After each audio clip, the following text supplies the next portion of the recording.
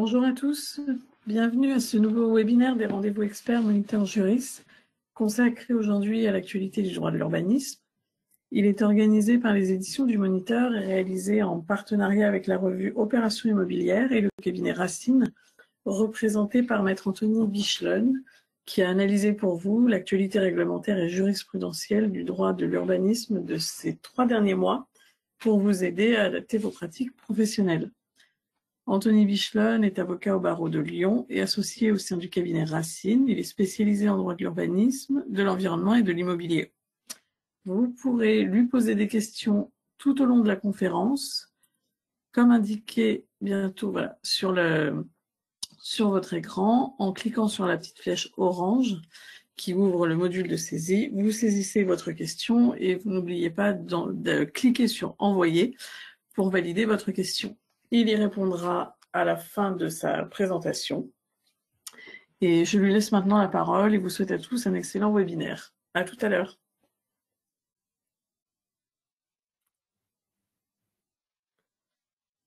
Bonjour à tous et bienvenue pour ce nouveau rendez-vous Moniteur Juris portant sur l'actualité du droit de l'urbanisme.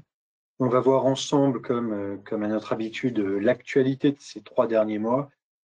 Une actualité marquée surtout par des évolutions, précisions jurisprudentielles qui doivent apparaître à votre écran. Et durant cette demi-heure qu'on va partager ensemble, je vais tenter de vous alerter, de vous préciser les évolutions de la jurisprudence pour que vous adaptiez vos pratiques.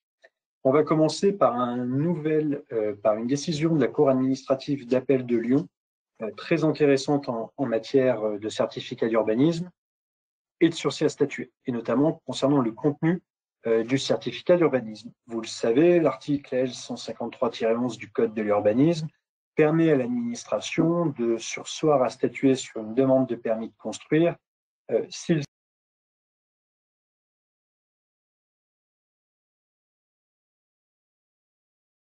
exonère l'exécutif futur PLU. Et à partir du moment où, donc le sursis à statuer est possible, à partir du moment où le débat sur les orientations générales du PADD ont bien eu lieu au sein de l'Assemblée délibérante. Parallèlement à ça, vous avez le Code de l'urbanisme qui permet à des porteurs de projets de déposer qui, eux, ont pour objectif de figer la règle d'urbanisme pendant 18 mois.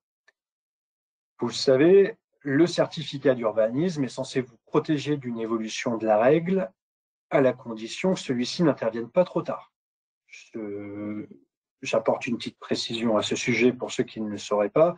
Le certificat d'urbanisme est inefficace s'il est intervenu après le débat sur les orientations générales du PADD dans le cadre d'une procédure de révision ou d'une procédure d'élaboration du PLU. Si tel est le cas, à savoir si un porteur de projet dépose un certificat d'urbanisme après le débat sur les orientations générales du PADD, dans le cadre d'une procédure de révision ou d'élaboration du PLU, l'administration est tenue d'indiquer dans le certificat d'urbanisme que toute demande de permis de construire doit faire l'objet, est susceptible de faire l'objet d'un sursis à statuer malgré le certificat d'urbanisme. Dans sa décision du 20 février 2024, la Cour administrative d'appel de Lyon, prenant en compte la nouvelle rédaction de l'article relatif au certificat d'urbanisme, est venue préciser les obligations qui pèsent désormais sur l'autorité qui délivre les certificats d'urbanisme concernant le contenu que le certificat d'urbanisme doit présenter à celui qui en a fait la demande.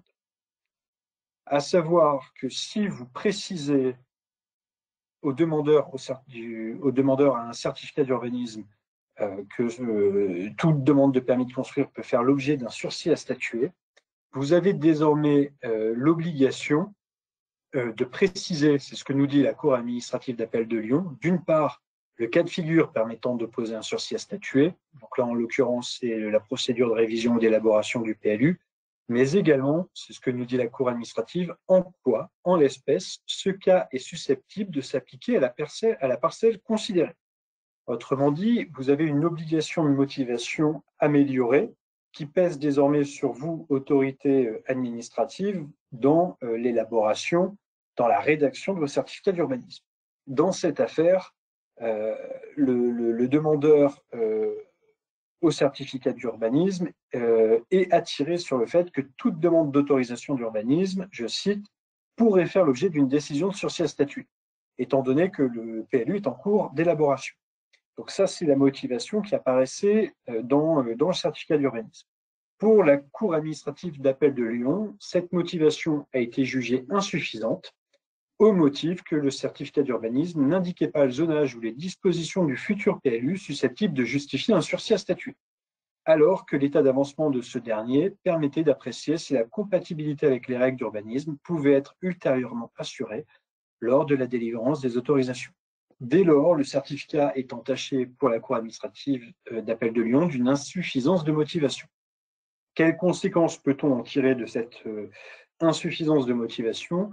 La première des conséquences qui est certaine, c'est que demain, si vous ne précisez pas au demandeur pour quel motif un sursis à statuer peut lui être opposé, cette insuffisance de motivation est une illégalité fautive et le demandeur au certificat d'urbanisme sera en droit d'engager la responsabilité de l'administration pour tous les préjudices qui vont découler de cette insuffisance de motivation. Deuxièmement, on a souvent, quand on est côté porteur de projet, on a souvent une difficulté, c'est que jusqu'au moment où le projet de PLU est porté à la connaissance du public, notamment dans le cadre de l'enquête publique, en fait, on ne sait pas réellement quelles sont les règles et servitudes d'urbanisme qui sont prévues sur notre terrain dans le cadre du futur PLU. Dès lors, on pourrait se demander si le fait, avant l'enquête publique et avant que le projet de PLU soit connu, si on déposait un certificat d'urbanisme et si l'administration ne venait pas apporter, ne venait pas suffisamment motiver le contenu de son certificat d'urbanisme, notamment s'agissant de la possibilité de sursis à statuer, ça pourrait laisser penser que, en tout cas, ça se défendrait devant le tribunal, finalement, que le sursis à statuer ne pourrait pas être opposé aux bénéficiaires du CIU. Pourquoi? Parce que le sursis à statuer n'est possible qu'à la condition, effectivement, que le projet compromette le futur PLU. Donc, si vous avez un certificat d'urbanisme qui fige une règle, et si dans votre certificat d'urbanisme, on ne vous dit pas qu'il y a des modifications en cours sur la parcelle qui fait l'objet du certificat d'urbanisme, on pourrait penser qu'au jour où on vous délivre le certificat d'urbanisme, finalement, l'administration n'a pas connaissance d'une règle qui serait susceptible de bloquer tout projet sur cette parcelle. Autrement dit, ça sera difficile pour vous de surseoir à statuer sur une demande de permis de construire qui aurait fait l'objet préalablement d'un certificat d'urbanisme sur lequel vous n'auriez pas apporté cette précision. Donc, soyez extrêmement vigilants côté administration sur la rédaction de vos certificats d'urbanisme.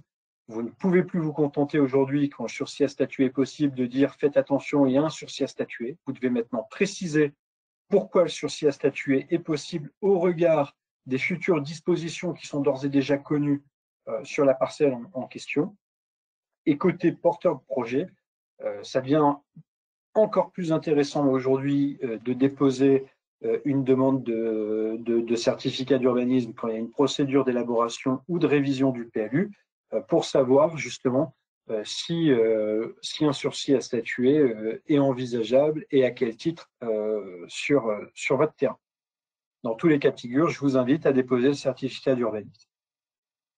Deuxième décision intéressante, c'est une décision du Conseil d'État en date du 30 avril 2024 et qui va concerner l'instruction d'un permis de construire modificatif. Dans cette affaire, on a un pétitionnaire qui a d'ores et déjà obtenu un permis de construire initial, qui a commencé les travaux, et visiblement les travaux qu'il a commencé à réaliser ne sont pas conformes au permis initial. Il dépose un permis de construire modificatif et l'administration lui refuse le permis de construire modificatif au motif que la construction d'ores et déjà réalisée est non conforme, que les travaux d'ores et déjà réalisés sont non conformes à ce qui était prévu dans le permis de construire initial. On a un espèce de chantage de l'administration qui dit « je vous délivre le permis de construire modificatif que si vous reprenez les travaux non conformes ». Que nous rappelle le Conseil d'État dans cet arrêt? Il nous rappelle que l'autorité administrative dispose en cours d'exécution des travaux autorisés par un permis de construire, de la faculté de contrôler le chantier et de vérifier le respect de l'autorisation d'urbanisme d'ores et déjà obtenue. Et le Conseil d'État nous dit, à défaut de la mise en œuvre de pouvoir de contrôle, ou si ce pouvoir de contrôle a été mis en œuvre mais qu'il n'a pas donné lieu à un constat d'irrégularité, dans ce cas-là, le pétitionnaire doit être considéré comme réalisant les travaux conformément à l'autorisation d'ores et déjà délivrée. Donc, il y a une présomption de régularité, de conformité des travaux. L'autorité compétente, dans ce cas de figure, ne peut pas exiger du pétitionnaire qui envisage de modifier son projet que sa demande de permis de construire modificatif porte également sur d'autres travaux permettant de régulariser les travaux d'ores et déjà mis en œuvre. Donc, le permis de construire modificatif n'est pas un outil pour l'administration de contrôle et de régularisation de travaux d'ores et déjà réalisés. En revanche, l'administration vous dit, si l'administration considère qu'il y a une non-conformité, elle doit dresser un procès-verbal d'infraction et le transmettre sans délai au ministère public. Par ailleurs, elle rappelle que si ce contrôle ne se fait pas en cours d'exécution de chantier, en cours d'exécution du permis de construire initial, l'administration a toujours le pouvoir de contrôler la conformité des travaux une fois que la construction est achevée. Et c'est au stade de cette conformité que la mise en conformité pourra être demandée. En synthèse, vous ne pouvez pas, lorsque vous êtes l'administration, refuser un permis de construire modificatif au motif que les travaux réalisés, d'ores et déjà réalisés, ne respecteraient pas le permis de construire initial. Si vous considérez qu'il y a une infraction, vous devez dresser un procès-verbal d'infraction, le transmettre au ministère public ou attendre la conformité pour ordonner une mise en conformité. N'hésitez pas, comme on vous l'a rappelé, si ces jurisprudences suscitent des interrogations de votre part, à poser vos questions dans le chat. J'y répondrai à la fin du webinaire. Troisième décision intéressante, toujours Conseil d'État 30 avril 2024, qui porte sur quelque chose qui est d'actualité, hein, puisqu'il y a eu une évolution jurisprudentielle très impactante ces dernières années, à savoir les demandes de pièces complémentaires. Dans ce cas de figure, on s'interroge, en tout cas le Conseil d'État a répondu à une question qui était posée, est-ce que l'administration peut faire une seconde demande de pièces complémentaires dans l'hypothèse où, suite à la première demande, le pétitionnaire n'aurait pas répondu convenablement à la demande qui lui avait été présentée. Si oui, quelles vont être les conséquences de cette seconde demande sur les délais d'instruction de l'autorisation d'urbanisme? Pour rappel, l'administration dispose d'un délai d'1 mois seulement pour faire une demande de pièces complémentaires. Le délai d'1 mois courant à compter du dépôt de la demande. Si dans ce mois, l'administration vous fait parvenir une demande et qu'elle considère que le pétitionnaire a 3 mois pour y répondre, s'il répond à la demande de pièces complémentaires et que l'administration estime que cette demande est insuffisante, le Conseil d'État nous dit que l'administration peut parfaitement, plutôt que de refuser le permis de construire bêtement, peut parfaitement alerter le pétitionnaire sur le fait que les pièces complémentaires qui lui sont parvenues sont insuffisantes ou incomplètes. Le Conseil d'État nous précise toutefois que si cette seconde demande est intervenue hors du délai d'1 mois à compter du dépôt du dossier, dans ce cas-là, elle est sans incidence sur le cours du délai et la naissance d'une décision tacite de rejet si le pétitionnaire ne régularise pas le dossier. Autrement dit, c'est une information, cette seconde demande doit être assimilée à une information bienveillante et non pas une demande de pièces complémentaires réglementaires. Autrement dit, la seconde demande est faite et ce ne sera qu'à compter du moment où le pétitionnaire lui communiquera la pièce manquante que le délai d'instruction recommencera à courir, étant précisé que ce délai d'instruction avait été interrompu non pas par la seconde demande, mais par la première. Donc cette première demande ayant fait courir un délai de 3 mois pour communiquer les pièces demandées. Donc, l'administration peut vous faire une demande de pièces complémentaires dans le mois qui suit le dépôt de votre demande de permis de construire.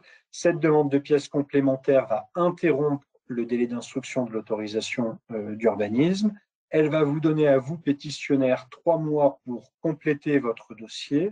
Si dans ce délai de 3 mois, vous communiquez des pièces, mais que ces pièces sont jugées insuffisantes, l'administration peut vous mettre en demeure de bien vouloir compléter une nouvelle fois le dossier de permis de construire. Cette seconde demande n'interrompra pas le délai d'instruction et il conviendra pour le pétitionnaire, s'il ne veut pas que sa demande aboutisse à un rejet tacite, il conviendra de communiquer la pièce toujours insuffisante ou toujours manquante dans le délai de 3 mois, tel que celui-ci avait été prévu dans la première demande de permis de construire, dans la première demande de pièces complémentaires. N'oubliez pas, du coup, une demande de pièces complémentaires, ça c'est le principe qui est rappelé par le Conseil d'État, une demande de pièces complémentaires qui intervient hors du délai d'un mois tel qu'il est prévu par les textes, n'interrompt pas le délai d'instruction du permis de construire. Autre décision intéressante qui va porter sur on va dire des faits d'actualité, qui est comment prendre en compte des arbres dans vos dossiers de permis de construire lorsque ces arbres font l'objet d'une protection particulière. En l'occurrence, nous avions ici un règlement de lotissement qui prévoyait de protéger certains arbres présents sur le terrain lors de la création du lotissement et qui avait pris le soin de les identifier dans un plan de composition. Le règlement du lotissement, vous le savez, c'est ce que nous rappelle le tribunal administratif, il est opposable aux demandes d'autorisation d'urbanisme pendant 10 ans, à compter de l'autorisation de lotir. Donc, quand le maire instruit une demande de permis de construire dans un lotissement, il est tenu de prendre en compte, dans le cadre de cette instruction, à la fois le PLU et à la fois le règlement du lotissement. C'est ce qui avait été fait ici. Le pétitionnaire a parfaitement identifié dans ce dossier, qui a été soumis à l'appréciation du tribunal administratif de Grenoble, a parfaitement identifié la présence d'un arbre protégé par le règlement du lotissement sur son terrain. Il a d'ailleurs identifié l'arbre, mais également le système racinaire de cet arbre. Et il s'avère que dans son projet, le pétitionnaire, il s'est un peu tiré une balle dans le pied en étant aussi précis dans son dossier. Il s'avère qu'il avait prévu une clôture et que cette clôture était composée de poteaux en aluminium qui allaient être ancrés au sol par des plots en béton. Les plots en béton étant dans le périmètre, on va dire, dans le périmètre du système racinaire. Le permis de construire a été refusé, en tout cas a été retiré plutôt. C'était une décision de non-opposition à la déclaration préalable, plus précisément, a été retirée par le maire dans le délai de 3 mois, le maire se rendant compte, sans doute après un recours gracieux, que cette clôture allait porter atteinte au système racinaire et donc à la protection de l'arbre identifié par le règlement du lotissement. S'en est suivi un débat devant le tribunal administratif de Grenoble sur est-ce que la protection de l'arbre s'étend à son système racinaire, autrement dit, est-ce qu'on a le droit, lorsqu'un arbre est protégé par une règle ou une servitude d'urbanisme, est-ce qu'on a le droit de procéder à la destruction de ses racines? Le tribunal administratif de Grenoble a répondu par la négative en précisant que la protection d'un arbre remarquable s'étend bien à son système racinaire, ce qui va vous obliger dans vos dossiers de demande de permis de construire, lorsqu'un arbre fait l'objet d'une protection particulière, d'identifier le périmètre de protection, un périmètre en tout cas vous allez devoir via une notice paysagère rassurer le service instructeur sur le fait que votre projet ne portera pas atteinte au système racinaire des arbres protégés. Ce qui alourdit et ce qui vous fait une contrainte supplémentaire au bénéfice de la protection de ces fameux arbres. Donc de mettre dans votre dossier maintenant moi je le fais quand je conseille des clients, je le fais via une notice paysagère, en expliquant effectivement que toutes les dispositions ont été prises pour que les fondations des constructions ne portent pas atteinte à ce fameux système racinaire. Loi littorale. Conseil d'État, toujours dans sa séance du 30 avril, est venu apporter une précision intéressante concernant l'application de la loi littorale qui date maintenant de 1986. Vous le savez, l'article 121-8 du Code de l'urbanisme interdit par principe toute nouvelle construction dans une commune soumise à la loi littorale dès lors que cette construction n'est pas réalisée dans une agglomération, un village existant, un hameau nouveau ou en continuité d'une agglomération, d'un village existant ou d'un hameau nouveau. Donc, en dehors de ces espaces-là, aucune construction nouvelle n'est possible. La question s'est posée dans cette affaire de savoir si l'agrandissement d'une construction existante qui ne se situe pas dans une agglomération, qui ne se situe pas dans un village existant ou dans un hameau, est possible eu égard aux dispositions de la loi littorale. Et le Conseil d'État vient apporter une précision intéressante en nous disant que oui, vous pouvez prévoir l'agrandissement d'une construction existante en dehors de ces espaces, dans une commune soumise à la loi littorale, à la condition que cette extension présente un caractère limité au regard de la taille propre de la construction initiale, de sa proportion par rapport à la construction et de la nature de la modification apportée. Dans ce cas-là, si l'extension est jugée limitée, elle ne pourra pas être regardée comme une extension de l'urbanisation prohibée par les dispositions précitées.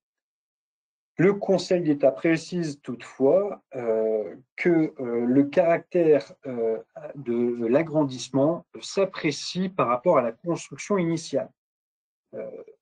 Avec une précision de taille, c'est que vous ne pouvez pas tenir compte des éventuels agrandissements qui seraient intervenus postérieurement à la loi de 1986. Donc on ne peut pas faire des agrandissements au coup par coup pour être toujours considéré comme étant une construction limitée, un agrandissement limité.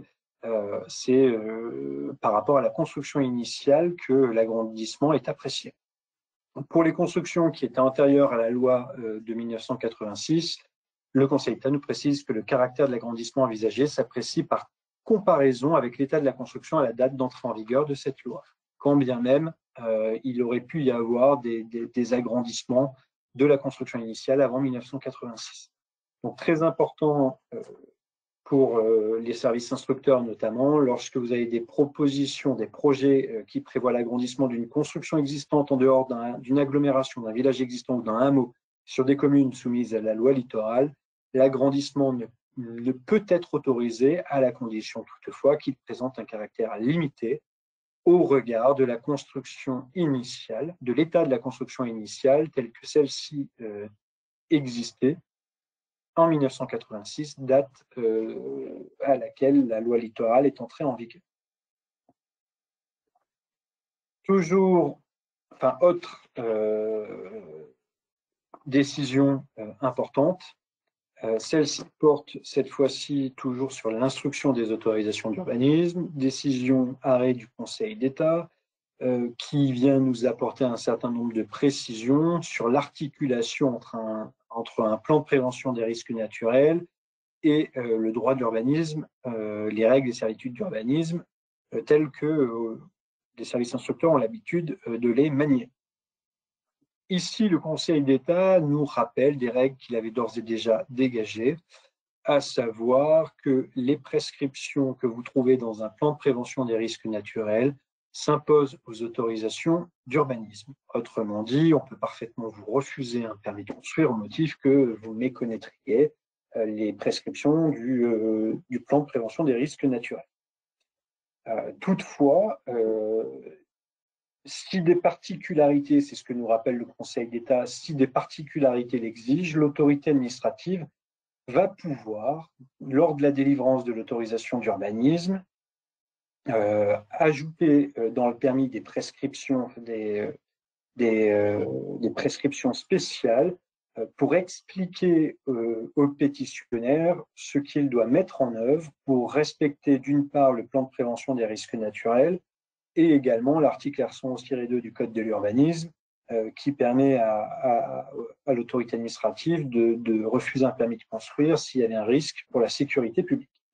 Donc, le Conseil d'État nous dit les dispositions d'un plan de prévention des risques naturels sont opposables à une autorisation d'urbanisme. Et de deux, il nous dit que on peut parfois, l'autorité administrative même doit, lorsque des particularités l'exigent, compléter via des prescriptions dans le permis de construire, compléter les dispositions du plan de prévention des risques naturels par des prescriptions spéciales pour assurer la sécurité de l'ouvrage, la sécurité publique.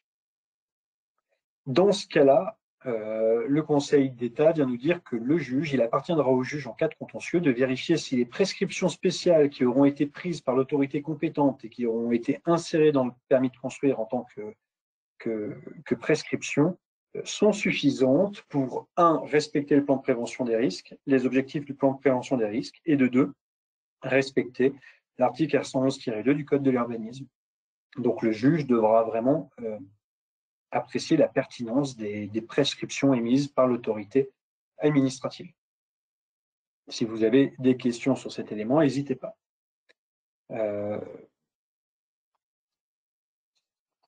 Une précision qui a été apportée par le Conseil d'État le 8 mars 2024 concernant la loi sur l'eau. Vous le savez, l'article R 214-42 du Code de l'environnement nous dit que le pétitionnaire doit déposer une demande unique de loi portant sur la loi sur l'eau lorsque les projets qui forment ensemble une même opération vont dépasser le seuil fixé par la nomenclature. Autrement dit, lorsque plusieurs projets forment une même opération, il est nécessaire pour le pétitionnaire de déposer une demande unique auprès de l'administration au titre de la loi sur l'eau. La question qui est ici posée, c'est qu'est-ce qu'un projet? Qu'est-ce que sont des projets formant ensemble une même opération? Et là, le Conseil d'État est venu nous répondre et il nous dit, je cite, « Pour apprécier si des projets successifs doivent faire l'objet d'une demande unique, puis déterminer en fonction des seuils applicables à ces opérations s'ils doivent être soumis à déclaration ou autorisation, l'administration doit se fonder sur l'ensemble des caractéristiques des projets, en particulier la finalité des opérations envisagées et le calendrier prévu pour leur réalisation. » Autrement dit, ce sera une appréciation au cas par cas à laquelle vous devrez vous livrer en regardant si effectivement différents travaux qui vont être réalisés sur un même site sont susceptibles de former une même opération au sens de l'article R214-42. Donc, peu importe qu'il soit réalisé par différents maîtres d'ouvrage, peu importe qu'il soit réalisé de façon phasée, il est possible, si la finalité poursuivie est la même, s'il y a des caractéristiques communes à ces projets, il est possible qu'ils doivent faire l'objet d'une demande unique au titre de la loi sur l'eau, ce qui est ultra impactant pour vous, hein, puisque les effets devront être appréciés à l'échelle de l'opération et non pas à l'échelle des projets. Et par ailleurs, s'il y a plusieurs maîtres d'ouvrage, il va falloir réunir les informations auprès des différents maîtres d'ouvrage pour déposer votre dossier loi sur l'eau. Par ailleurs, il est possible que la réunion de ces projets au sein de la même opération et au sein de la même demande au titre de la loi sur l'eau vous fasse passer du seuil de la déclaration au seuil de l'autorisation loi sur l'eau, ce qui aurait des conséquences non négligeables, notamment en termes d'instruction des autorisations d'urbanisme, notamment au niveau du délai d'instruction de l'autorisation loi sur l'eau. Cour de cassation, 4 avril 2024, arrêt très intéressant. On est ici sur un pétitionnaire qui a obtenu un permis de construire et qui n'a pas réalisé sa construction conformément à ce qu'il avait déclaré dans le permis de construire. En l'occurrence, il n'a pas respecté la hauteur.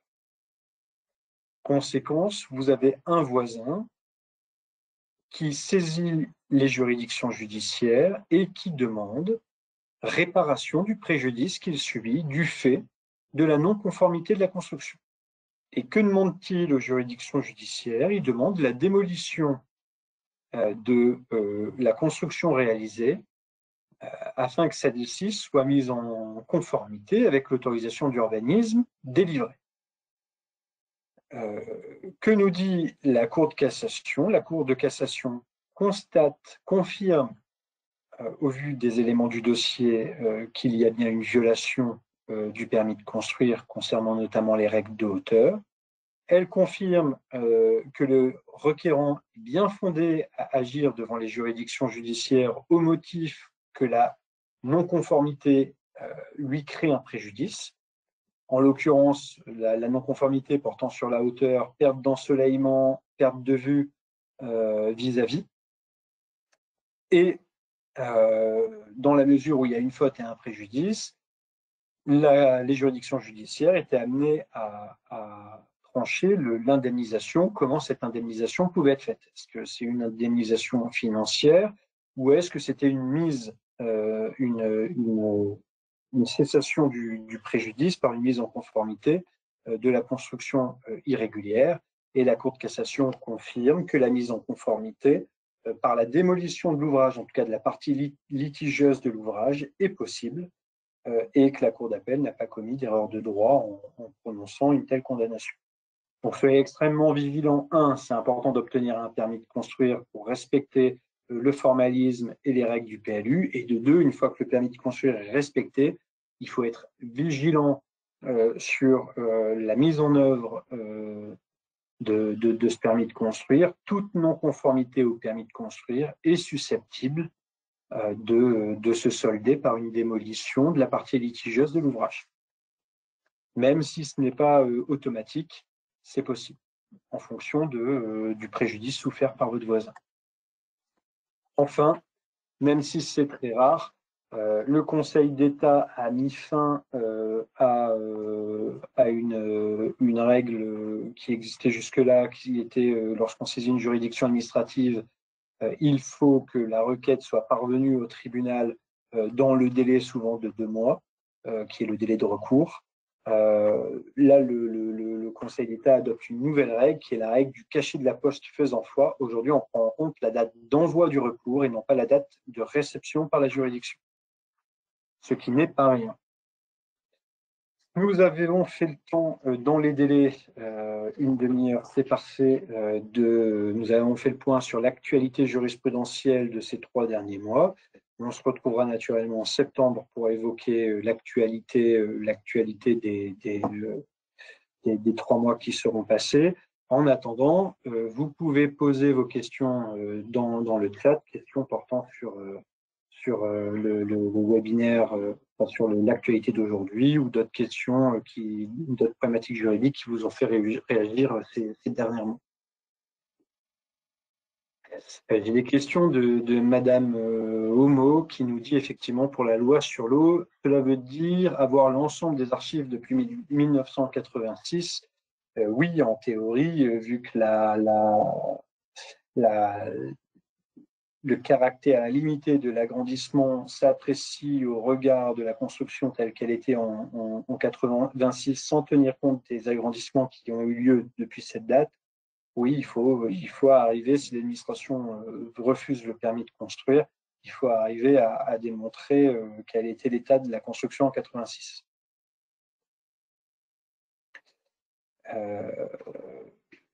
N'hésitez pas. Je n'ai pas de questions particulières qui me sont parvenues pour le moment. N'hésitez pas à les poser si des choses n'étaient pas claires. En tout cas, ce que vous devez retenir, il me semble, moi, pour l'actualité principale et la jurisprudence essentielle, on va dire, de ces 3 derniers mois, c'est vraiment l'obligation de motivation des certificats d'urbanisme.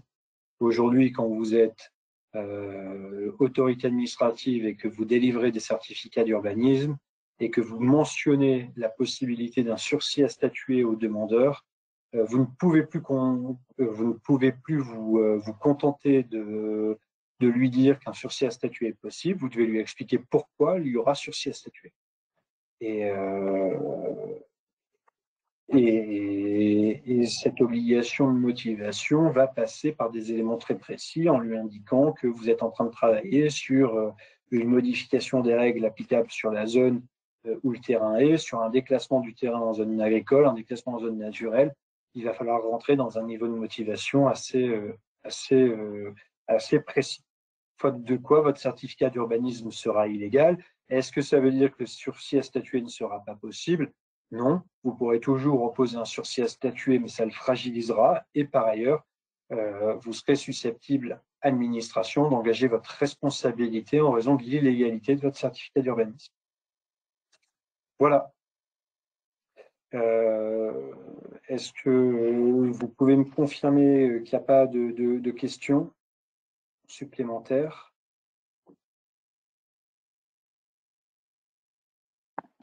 Alors, je vais vous reporter une autre remarque de Madame Homo, qui imagine que pour le sursis à statuer ZAN, ce sera pareil. Oui. Oui, le sursis à statuer ZAN, il faut que vous indiquiez de toute façon en quoi le projet est susceptible à ce stade de contrevenir aux objectifs qui vous sont impartis par la loi climat et résilience et l'objectif ZAN pour les 10 prochaines années. Maintenant, pour être, je fais le pari, on en parlera en septembre, mais compte tenu du contexte politique aujourd'hui, je crains que le ZAN ait un peu du plomb dans l'aile. Ça ne m'étonnerait pas que la future majorité assouplisse, voire revienne sur le ZAN. On n'a pas fini d'en parler. C'est un sujet polémique et ça le restera, à mon avis, dans les mois qui viennent. Donc, obligation de motivation d'une façon générale des certificats d'urbanisme lorsqu'on souhaite opposer un sursis à statut. Tout est OK? Est-ce qu'on pourrait repréciser la date du coup du futur webinaire? Oui, donc merci, Maître Wichlan. Et le prochain webinaire est prévu le 10 septembre, le mardi 10 septembre à 14h30. Super. Eh bien, je vous remercie. Merci à tous. Pardon, je vous en prie. Non, pas de problème. Je remercie tous les participants de votre présence. Et puis, je reste toujours à votre disposition, même après le webinaire. Vous pouvez faire passer vos questions complémentaires au moniteur qui me les retransmettra ou vous pouvez venir vers moi en direct sans aucune difficulté. Merci beaucoup et bonne journée.